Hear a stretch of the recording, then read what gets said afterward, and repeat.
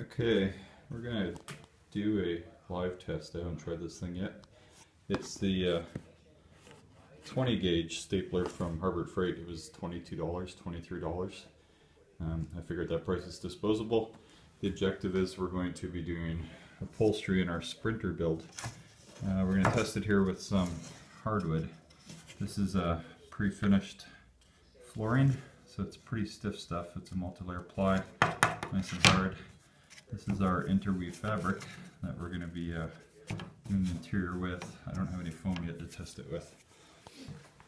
And we're going to see how well this thing will work. I wanted a finer gauge, according to what I've read, for upholstery stapling. I was doing manual stapling. In fact, I'll go grab that. And the manual stapler I was using was just one of these guys. It's like that. As you can see, it actually didn't even sink those flush because I didn't push hard enough for this particular material. If I can get it right. Nope. This material might be too hard for this one. Nah, that's a mess. Anyway, and that's exactly why I wanted a pneumatic stapler, because we're going to be doing literally thousands of staples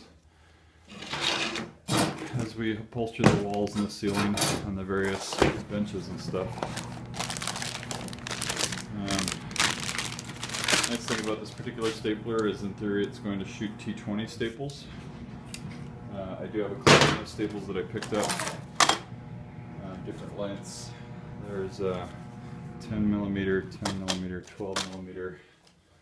There's some quarter inch, 6mm. We'll try these out, and these are a lot shorter than what you can shoot with a 18 gauge staple gun. As you can see, they're quite small, which will be good for a thin material like this. And then I also have, from the other hand stapler, this box of T50 staples. So I figured we'd try these out too and see if they actually work in it. Which is nice because you can get these at any office supply store. So we'll try some of those out. Pull the lever, release the bottom, lay the staples in.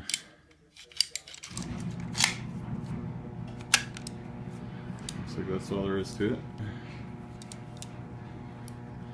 Pneumatic, so I should probably put some drops of pneumatic oil in it, like all other tools. 2 or 3 drops.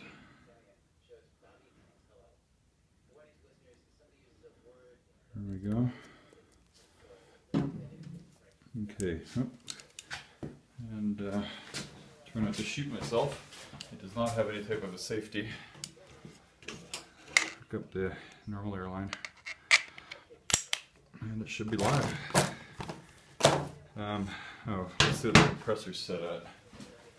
Try to set it at 80 psi. I think it should have taken. I can't see it with the camera anyway. Yeah, it's at 80 psi.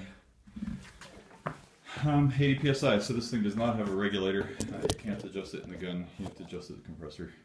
And you want to shoot less than 100, I think is what the manual basically says. Okay.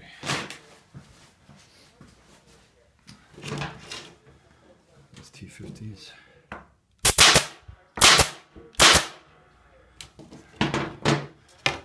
Those, wow, pretty nice actually. That might be a really good PSI. Some more here.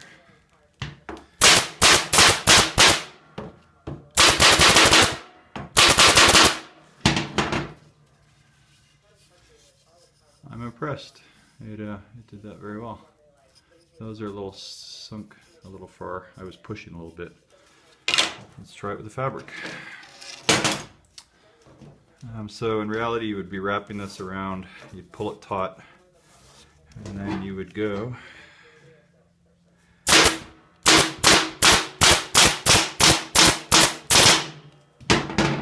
I even double fired one there on top, and it didn't jam.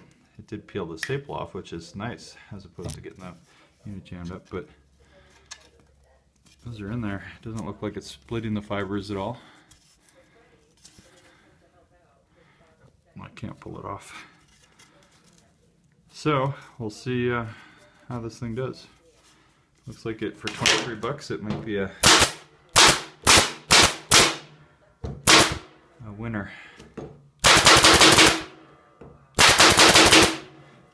Sure beats that manual stapler. I'll tell you what. Let's try the T50s. I don't know if these will work or not.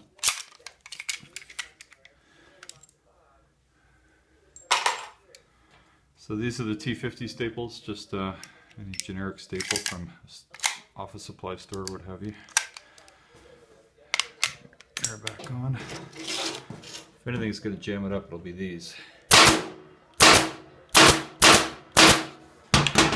Those are the T50s. Holy cow. It did a nice job. Let's try them on the fabric.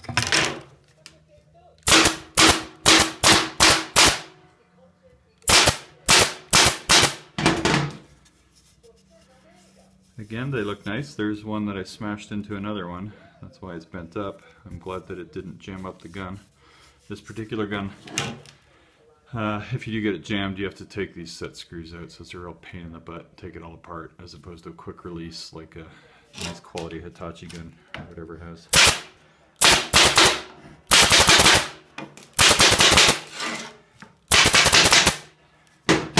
Very nice. Cheap T50 staples.